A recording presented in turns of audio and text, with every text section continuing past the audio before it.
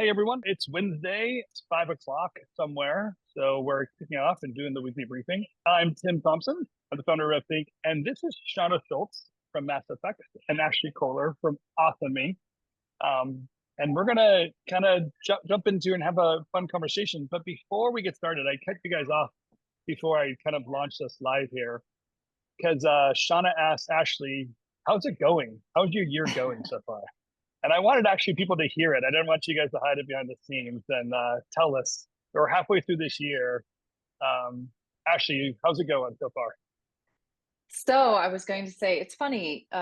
We've been busy the last couple years with shows and a feature that we did, and it was very, very quiet on our commercial front. We've always done both.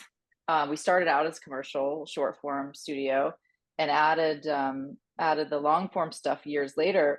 But it's very strange, the ebb and flow of it for all of us. But we wrapped up. We've been working on a reboot of Ren and Stimpy, and we just wrapped that up for MTV just last month. And all the beginning of the year, we were, are we going to do another season? Or are we going to do, more shows for them? What's going to happen? We worked on a pilot last year, but there's just been nothing on that front. And I thought we were going to have a very, very quiet summer, like a really quiet summer. And then all of a sudden, the commercial work just really, really started to ramp up. And so it is funny. We're doing something different, but it's our same. It's just the other side of the coin for us. So we're busy, which is good. And Shauna, I kind of know your story too, but you had a quiet beginning of the year too, and you're experiencing something different right now. Yeah, I think at the end of 2023, it was October when I pulled the team together and said, we're okay. And they were like, wait, why are you saying we're just okay? And I was like, I want to just reiterate, we're okay. They're like, I thought everything was fine. I was like, it is fine. We make a third of our income in the fall. So like Q4 is like this massive dump of work. Everybody's dumping their budgets. Nothing last year. It was so dry. All the documentary work that we did graphics package for docs, gone. We didn't touch a doc since April, I think, when we finished Chasing Time. And then all of our marketing brand work just dried up. And by the end of the year, it was so dry. There was just like zero projects coming in January. We did end up having to furlough the team in January because there was no work and no money. And so coming into February, when a couple projects, one big project came in that we were able to bring everybody back for, and then it was just so quiet until April, when we were like making really hard decisions of just like, this isn't going to work anymore, And then April, boom, 7 films. And we now have 7 Oh films my working on gosh. 4 different brand projects. Our team is doubled with the freelancers that we have. It's insanely busy. And now I have the opposite problem. But this topic actually came up because I was like, what do you do when you're that dry and you're that slow?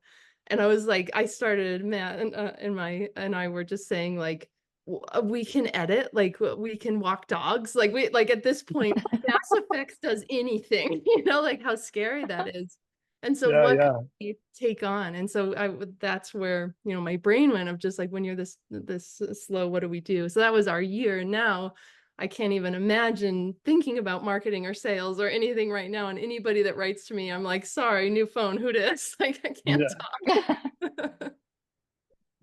Well, yeah. So talk about famine to feast, right? And then you can almost see right now that you're gonna hit another like famine season because you're just too busy to keep the momentum going to find the next lead. You can't you can't answer a phone call, so you can literally project what's going to happen, and you can see it going off the rails possibly, and there's nothing you can do to stop it because you're every minute of every day is focused on getting something done in house. Don't you Right. wish like there was some? I mean, don't you wish the magic 8 ball worked where like you could say, it's something coming, and you can just like, okay, good. I can say no to these 3 projects because I would not just take these on if we weren't in trouble. And therefore that doubt that we have creates like some sort of different decision making process. And then we do get, I don't know if it's desperate or it's smart. Like, are we saying maybe we should expand our capabilities, or do we double down on what we have? Do we get more niche, get rid of anybody extra on the team, and only keep the designers or the animators or whatever we're going to double down on? Where do you find your inspiration to make a decision like this when the time comes? Yeah. I think for us, one of the biggest things is always going back to the core of like, what do we want to do? And I think that niche side of it of what do we love? Unfortunately for us, the docs are what we love, and that's the one that doesn't make a lot of money. bless, Right. bless that industry. But I love that. And so when we looked at like, well, what do we ultimately want to do? That's kind of the big question of like, what shape of team do we need and who do we train up? Downside being, when you're niching, when you're like, okay, this is what we'd like to pursue, the other side of the coin is what's going to make the money to keep us going. And so Mm. when we're balancing out, we are hiring to make sure that we can facilitate and support film graphics packages. Well, that means the brand, the brand side of our team and people who are trained up and how we can quickly and easily support brands that are coming in with shorter form content is atrophying. And those relationships are too. And so like the thing though that you always have to remind yourself, even in those desperate times, is what do we want to do so that we're not building into something and now we're a dog walking business, Yeah. Mass Effect's dogs or whatever. Although it could be lucrative. Yeah. And then, so I think that's a big one, is to remind yourself that side of it. How about you, Ashley? Would you have like a place you go for strategy to help make that decisions, or because you're a solo owner, I you don't have a Yes. partner like Shawna has. I wish I could tell you I had some Zen answer for you, place that you guys could go, like the Fortress of Solitude. I just go there and maneuver the crystals and know the answer. But no, I think your gut. You just have to stick with your gut. And it's funny, we started off as like an everyman jack. We were doing live action and mixed media, and somebody asked for stop motion. We're like, yeah, we do that. Visual effects, whatever. So I think my experience and age, and they've just brought me peace of like, it's a roller coaster. This is probably the lowest dip any of us have ever had on this coaster in the last 15 years. It's crazy, it's different, and we don't know the future. But with wisdom and with age comes a peace that you just find. And I think I decided, it's been probably at least 8 years, 10 years maybe ago, to just stop with all the extra stuff. I love working on 2D animation. People will come about 3D. People will come with, other things. Can you just work on this spot? Or can you, what about this? Can you get a live action shooter together? We can do all those things, but what I love is 2D animation. But it's funny. I mean, even during this period of time when you're sort of scratching your head and wondering what's next, and it's the reason I started doing long form in addition to short form, is because short form is just hard. You just don't know what's happening after next month. What's happening next? What's happening next? We'll get calls. We got a call last month from a law firm, and they wanted us to do like an internal kinetic text video for them or something.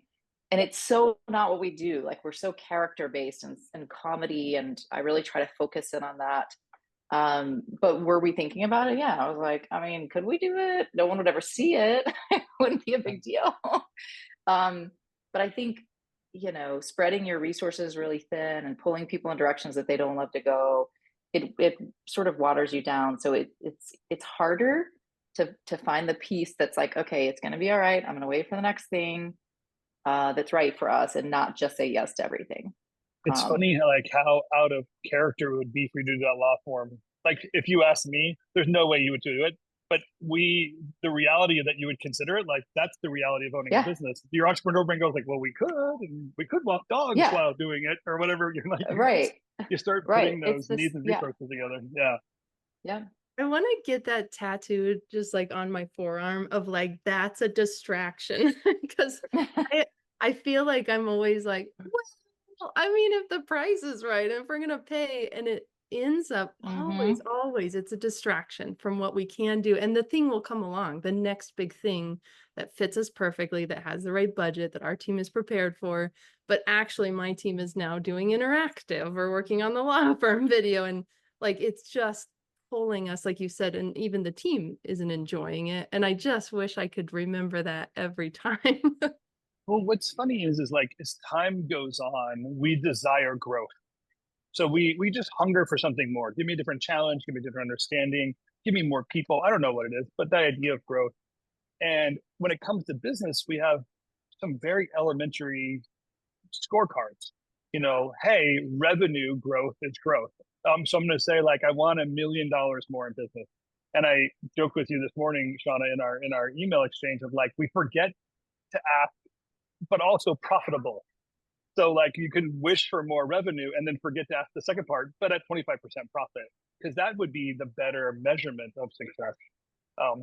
And in some way, that growth machine just like feeds us. It wants something more. So I like this question of niche versus scale. I don't know what the other kind of thing is. Like, do we expand our services, get into different silos, or do we kind of like build the one system bigger? I use that analogy of spinning plates. Running a business is like spinning plates. And the question would be, is it more impressive to spin a bigger plate, or is it just like do the one thing but make it bigger and bigger and bigger, or do I add more plates and keep them going? But that startup nature that we have is part of it. Shawna, I want to say that you are the more plates person. You guys have expanded into a studio space, a post-production office. You kind of like build your team up that way. And actually, you feel like more of make your plate bigger kind of. I'll just say, like, at least we're going to put you in those categories today. I know the entrepreneur brain doesn't want you to niche down too much in those items. So what's the benefit, Shawna, then of saying, let's do more. Let's put more plates out there and get more out there. I think for us, the benefit was growing, like that profitability and that growth. So we had Mass FX Media, we do graphics and VFX. We love doing it for documentaries and films. We also do it for brands, but we were realizing we were leaving a lot of work on the table. So we would be partnering with these producers and directors for the post on their film. And then they would take all of the work we were doing and send it to a finishing house, colors going to New York, sounds going to California. There's a finishing house in Texas. We were like, what if we were that finishing house? What if we're already partnering with them with the story? We love that piece of it. They're ruining our VFX. And like, how could we become that? And so that's where our dream. So we built our studio. We've now created a separate brand called 38th and Post, which is the building, and that does all the finishing, and Mass Effects does. We happen to be in the building and we can partner with that. And we just got, this will now be our 4th film that's come to us for the finishing side. And now this 4th film wants the graphics too. So everybody else was like, oh, great, you do color and sound and you conform. We're like, well, yeah, and we're figuring that out. And now we have the first film that wants to start with us with graphics, finish the story, and to do color and sound and all the outputs here. So I think leaving that work on the table was the idea. We're still pretty fresh, so maybe it's not a pro, and I'll find out that it's not the case. But that's kind of what we were thinking, is like, let's capture more of where we already are and then help finish those storytellings. Yeah, well said. Like, it's like the idea of control. Hey, I had the project. I don't want someone else to finish it, and just the line of business you're in. But also sounds like diversifying the front doors. Project coming from this door, we'll take it, whatever. A start of a project is a good start. Those are some really good pros. How about you, Ashley? What if in niching down, what would be like the pros to not saying yes to anything and everything? Well, I think I got a piece of advice, and it was like a weird, humbling over lunch piece of advice. I was talking with another producer, and they said this, and it just had never dawned on me. But when you're talking about growth, and obviously fear is a big thing for all of us right now, I got this piece of advice that not making a profit is still paying your bills. So I'd always thought, like, well, we've got this margin, we have to hit this margin. Here's our profit margin, here's how we're being successful. But then when this person sitting there with me said, look, if you cover your costs, that's winning. That's still winning. You can't do that with every job, but if you're in a downtime and you get a project that covers your salary and your people's salary and your rent and whatever, that's winning. And it was a little bit freeing to me, because I'm trying to make this margin on every project, thinking about, how it has to go, and can we take this or can we not? And I don't think we take a lot of jobs where we reduce that margin, but it allowed me to think, okay, well, I can stay in my lane and cover my costs longer, and then get back to making money next quarter or whatever it is. And I don't have to panic and add, law firm videos that we don't want to do.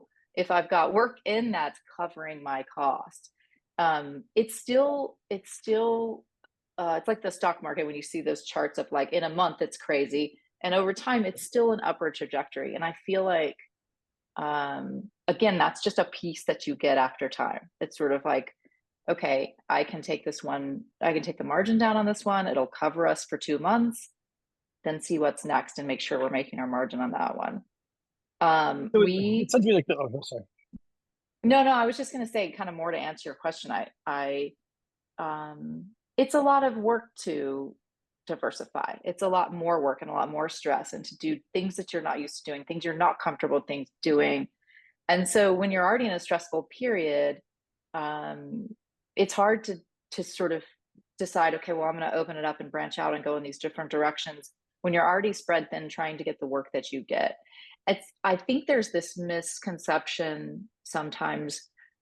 We brought in a new salesperson not long ago, and she thought we were too narrow and really concerned that we were just focused on my line of character and comedy.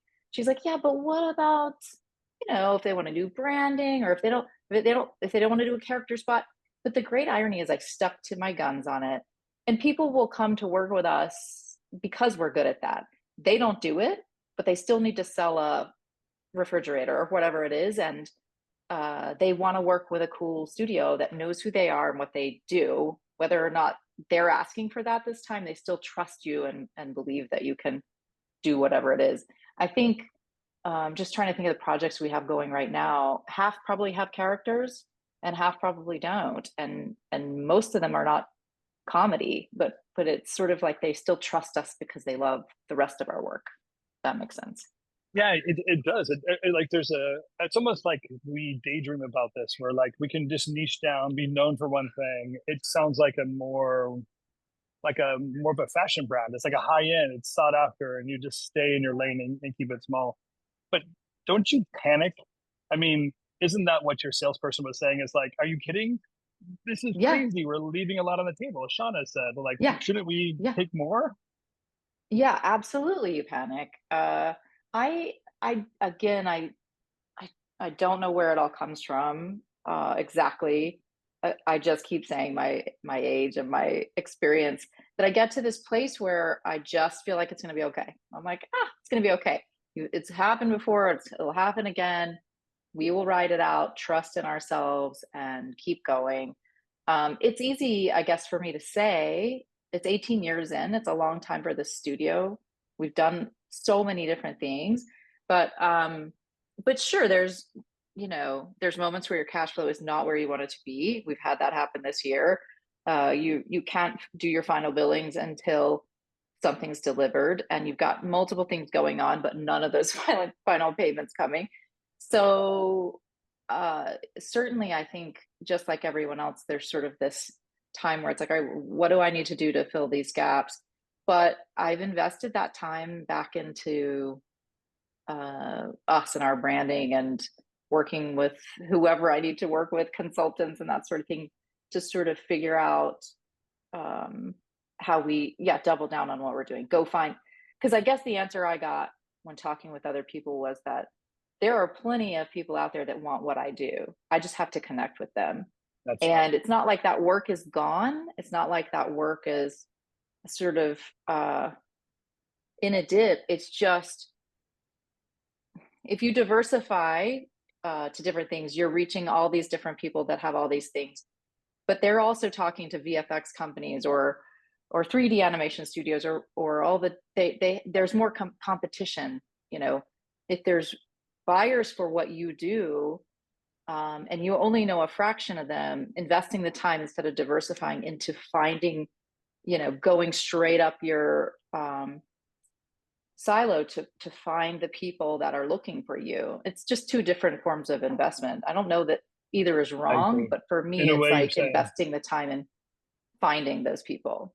In a way, you're saying it's easier to win if you stay at the top of one silo than trying to be the top of all of them. But Shawna, you also know, like like the panic of like, if you just stayed in documentaries, you're almost wondering like, but where would I ever find the margins, right? Because you basically, you're kind of in a narrow pool of a narrow margin. So in some people's cases, the scale is good. It's smart to own further down that value chain and say like, well, I know we do this part and we love the creative part of it, but own more of that value chain going down the road. We can actually win sooner and win more often and keep the project going, right?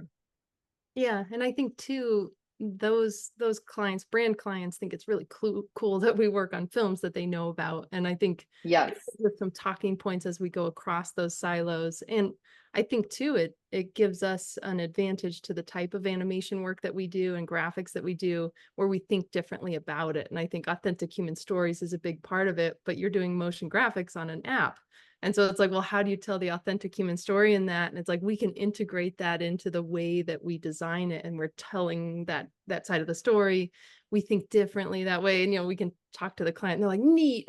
And so I think it can give us a little bit more of an edge too, when we're entering into those two different sides and, two of the same coin, I suppose, since we're doing the same work. Yeah. It's so listen, there's 20 people on this in this conversation kind of looking for some encouragement, because we're, as entrepreneurs, we have this entrepreneurial mind which says needs plus resources equals solution. And one of the things we can't help is to constantly find needs. Like we could see them everywhere. Like I could start a storage shelter, I could walk a dog, all these things we've been saying. Like there's so many things that could be done. How do we actually get to the decision point of what the needs are we should tackle, and therefore what investments we should make into resources to put them together? Because I think we actually want you guys to solve this problem for us, because it's hard to be an entrepreneur and not know that answer. So where would we start? Like, where is a good place to, when you're sitting there, Ashley, I'll start with you. Like, I like the idea of like experience is teaching you something. But how do you know what to rely on, or where is the magic button when in a time of panic, I actually do have a ripcord I can pull and everything can be fine? Yeah, I think it's funny. I where my mind went was that I spend all my free time, like almost all my free time that I'm not with my child, devouring stuff. So listening to podcasts, listening to webinars, reading books, whatever it is. And I try to stay with most current things. And I learn something new every single day. I'm learning something new every day. And if I'm not devouring that stuff, I feel like I'd be lost on my own thoughts trying to figure out how to navigate all this. But there is lots of information out there. There are lots of resources out there to help balance you and make you feel more connected with your internal choices. Like if your gut as a business owner, you've made it this far, if your gut is you need to spread out and own these other operations like Shawna did, I think that's genius. It's sort of like, you can see she's staying in the same vertical. She's just expanding her offerings in that vertical for documentary films. But I think if your gut tells you not to do it, if your gut says, hey, look, this is where you should stay, focus on this, this is what you love, then research how to do that and stay confident. I mean, you can't, as a business owner, sort of flounder around, at least not openly. You can do it in the dark of the night, but you have to stay true to what your gut's telling you. And I think that's what I try to always do, is just, if I feel a certain direction, I'll try to find the backup to help me feel more confident about that choice. It sounds like you're willing to make the hard decision to stay in your lane and recognize the team has some flexibility. That's just your business model says, I'm gonna stay in my lane, and my team has to be flexible so I can stay in the lane, right? Where the other opportunity might be, or Shawna, you're saying like, hey, I want to retain my team. They're necessary to provide the services and keep the value chain going. So we'll look for more opportunities and more diverse opportunities to keep that team around. Yeah, I think so. Something along those lines. Because I was kind of thinking right when you had said that question of just like, how do you find that in your darkest moments, just like, am I going to run this company into the ground? Like, are we going to shut down? And I was asking somebody, I was like, how do you know when your business has failed? And they were like, businesses don't fail. Owners run out of steam. Like, the owners give up. like they're really, if you truly, really want to keep going, you're going to lay off all your staff and it's going to be you and you're going to rebuild, like if you have the vision and the drive, your business never fails. You just choose to be in a moment where like, I'm tired of this, or I don't have a vision anymore. And so I think when you think about what, things are light or you're in these challenge moments, I think returning to your vision and then saying to yourself as like, I'm good at what I do. Do I believe in what we're doing? And do I believe in the vision? So like to build 38th and Post and grow Mass FX to the size that it is now, like it doubled everything. We took a very big risk building this building in a time when everyone's going home and working from home, in a time when our industry was on strikes. And I was like, are we doing the wrong thing? And so many of those moments were like, we're like, everybody just running that way. And we're like, are we going the wrong way? But Yeah. the vision was there of like, this is what I want. So even if we're going the wrong way, we're going to find that out and we're going to arrive and it'll be dry and there will be no work and we're going to have made a big mistake, but we're going to pivot and figure out how we do birthday screenings in our theater and we'll enjoy it and we'll rent office space. So we kept that vision. And as things were, the bottom was falling out underneath us, we kept saying, well, where can we go? What is our dream? What is our vision? And how will we pivot? And so I think trusting yourself, keeping your vision, and then the last piece of knowing, like having plan B and C and D and E of like, even the way we designed this building since we built it out was like, yeah, but worst case scenario, we could turn that into this, right? Yeah, in worst case scenario, we could put a wall here and that now we rent 2 spaces. And so we were already planning for failure in a sense of just like, if this isn't going to work. And I think that's the job, that's the nature of an entrepreneur. And that's how you can comfort yourself. At least Tim, I'm going to jump in to say, Sure. touch on, because you both said pivot. And I remember I wrote you an email.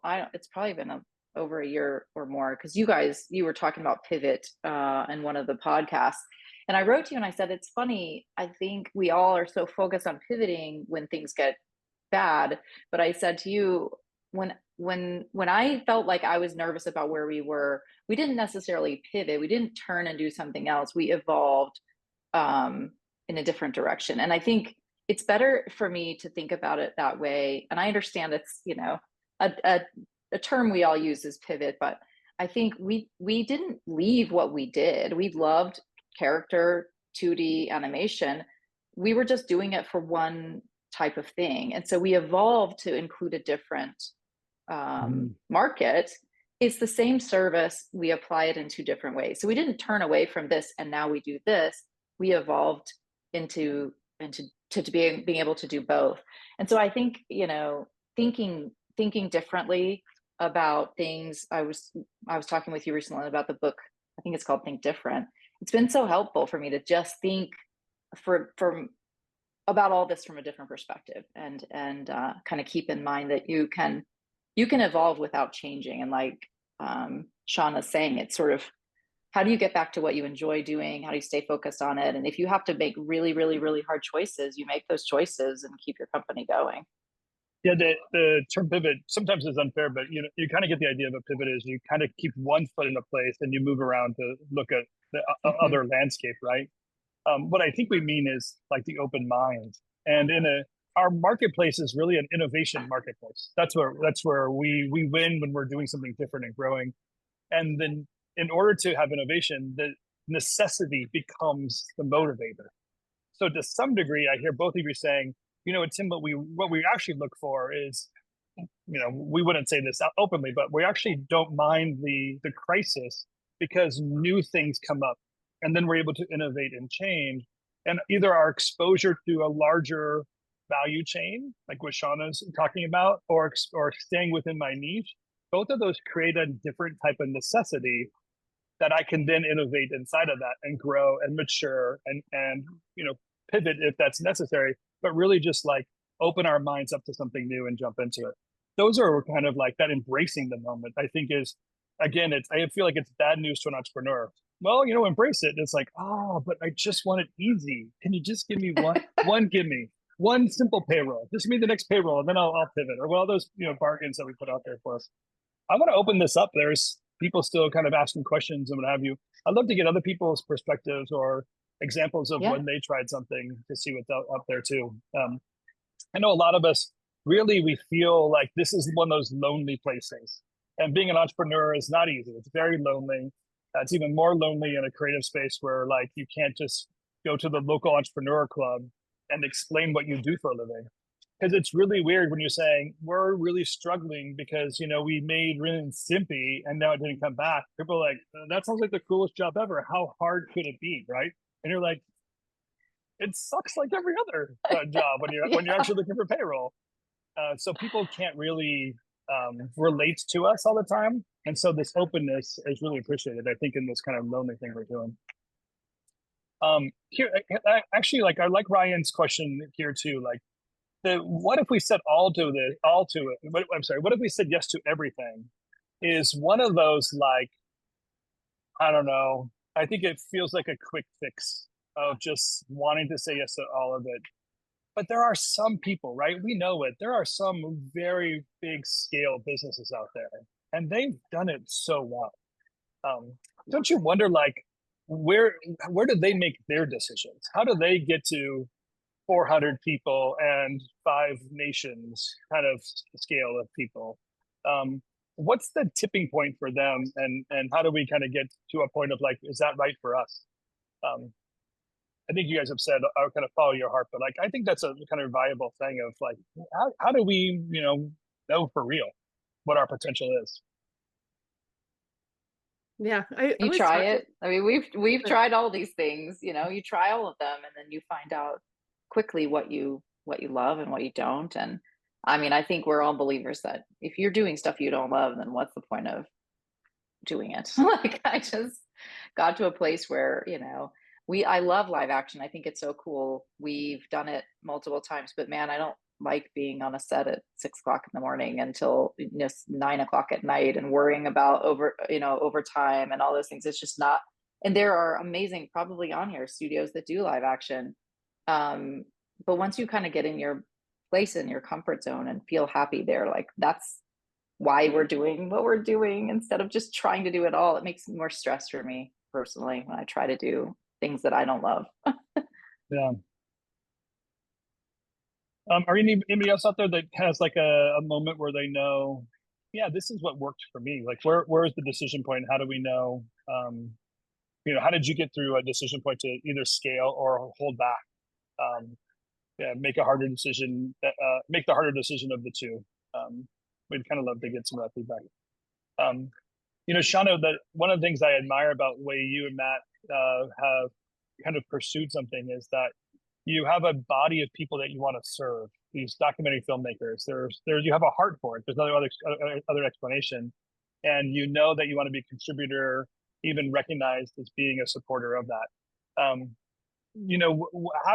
what point in the decision in the business strategy do you say, hey, my future has a different value than, let's say, like a margin gain or a revenue gain for what a visual effects company might have? It's a large scale visual effects company. How do you and Matt kind of like process and know and get a sense of what that calling is and know it's time to pursue it or not? Maybe we follow our heart too much, because I think we always say like, man, I wish we could just do this for free. Like if I could just give this away, you could just cover my food and my rent. Of like, I just love that side of it, and that it can create conflict because of that, of like saying yes to projects. Like I think 2 of the 7 films are very over budget right now, and it's like, but like we really believe in this film. Like this is a powerful thing that needs to get out in the world, and it needs to be this good. Okay, we're just going to do it. We're going to sacrifice the pay we could have had. Now we're hiring freelancers. There's money going out of the company to do this, and I think sometimes that can be a little bit of a burden to love it so much and to be pouring into something so much. But on the other side, it also means we get return clients, we get powerful we get to go do good in the world. And we have these relationships of people, like the recommendation, not only are they coming back to us, but their recommendations. There are 5 other new filmmakers that they're going to go meet at festivals for the next year that are like, who you need. And we're just working with finally an editor that the last 4 films, I met her at Sundance and in line, just like we're waiting for a film together and chatting. And she was like, what do you do? We kind of, exchanged information. We bid on a project, lost it, bid on a project. Oh, almost won it. 3rd project, we turned her down because we were just like, you don't have the budget and I'm sorry. And then they ended up, unfortunately, paying the other vendor as much as we had bid with all the overages. And she's like, I wish I had just gone with you. So we're going to go with you the next project. We're on that project right now. And she said, I know how much you cost. And I know that you're a partner with us. You think about the edit. You're not just a graphics vendor churning through.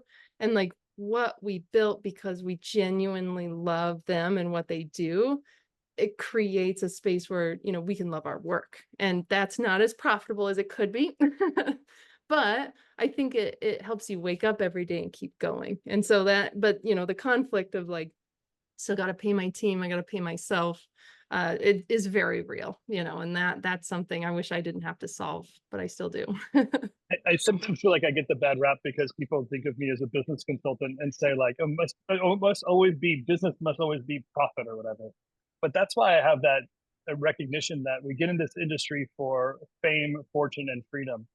And, we have to make a choice of which ones we have to do. And some of us, in a way, to be recognized for what we're doing, kind of what you're saying, is a greater calling than making money.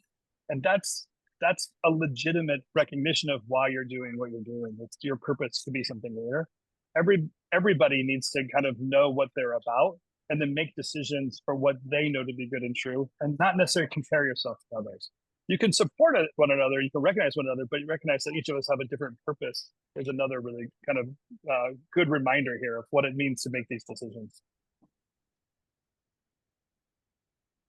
All right, how do we do? I'm happy to answer any more questions. Ryan, I always loved, I don't know how fast, your fingers type faster than I can think, Ryan, I swear. Before I finish the sentence, you're throwing another thing out there. It's insane.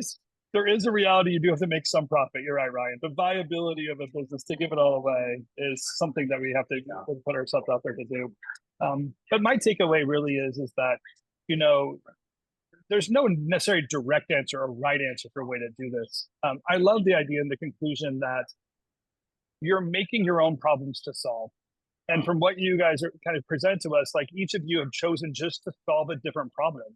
And no matter what, you're an entrepreneur and you have to solve a problem, pick it, and then live with that and know that you're pursuing something or have different value or something, or can want to be recognized differently for what you're doing. And that's the beauty of being the entrepreneur. You're not just an employee. You actually get to choose the vision, choose the direction, follow your heart, and be successful at it. And then the hard work is just hard work. There's no matter what you're doing, the hard work is going to be part of it. So I appreciate that. Well, thank you guys both for really jumping in here. I know this was going to be a takeover show. Originally, there was going to be a panel of 3, and I was going to have the day off. But I appreciate you guys letting me chime in and be part of this. Yeah, well, we appreciate. Couldn't do without you, Tim. Yeah. Yeah. Well, Jocelyn says she'll be happy to join us next time. No, I think she's not really saying that. She just wants to see more of this conversation. I'm with you, Jocelyn. I think there's inside the entrepreneurial heart and mind, there's kind of a lot that we have to consider. So I just love to be part of this community where we can share this, and I appreciate you both pitching in here and be part of the conversation today. Ryan, I wish I could tell you. It was supposed to come out today, believe it or not. Seriously, but, oh no. Yeah, it got delayed. It's a Comedy Central show, and in all this Paramount merger madness, they've put us on hold. So hopefully now that the merger went through, we can kind of find out and get some more information. But it was a crushing blow that we had our premiere date moved. But today was the premiere date, actually, and I didn't even think about it until you asked that. I'm looking forward to it. So yeah, I'm hoping in a few months. Sweet. I'm glad. Hey, before we wrap up, watch it. oh, good. I'll be able to watch it. My mom wouldn't let me watch Ren and Stimpy. That's awesome. Now you can. Now I can watch it. That's so great. I don't know if I let my kids do that. But yeah, if you make it, Ashley, I'll go watch it. No problem. Nice. This one's Before we wrap pretty things up, I just want to share watchable. one fun little thing with you guys. Look at this. What? awesome? That's This amazing. is Marius Thompson. And they say it's great to be a grandparent. It really is, because parenthood, you panic over this little creature that's in front of you. As a grandparent, someone else is doing the panicking. You can just listen to every squeak and burp and whatever, and you think it's the cutest thing in the world. Especially when they come out So with hairy amazing. with curls. So I'm having a good time. Congrats, Tim. Thank you. I Yeah. appreciate you guys. All right. Well, I love you guys. Thank you for being part of this and being part of community. We'll keep the conversation going. Jocelyn, let's kick it off. Start throwing some questions out there in community. We can keep the conversation going there. It's so great to be with you guys and be debriefing. And again, Shawna, Ashley, thanks for participating with us today. Yeah, thanks for having us. Of course. Thanks so much. Bye, All everybody. right. See you next week. Bye, everybody.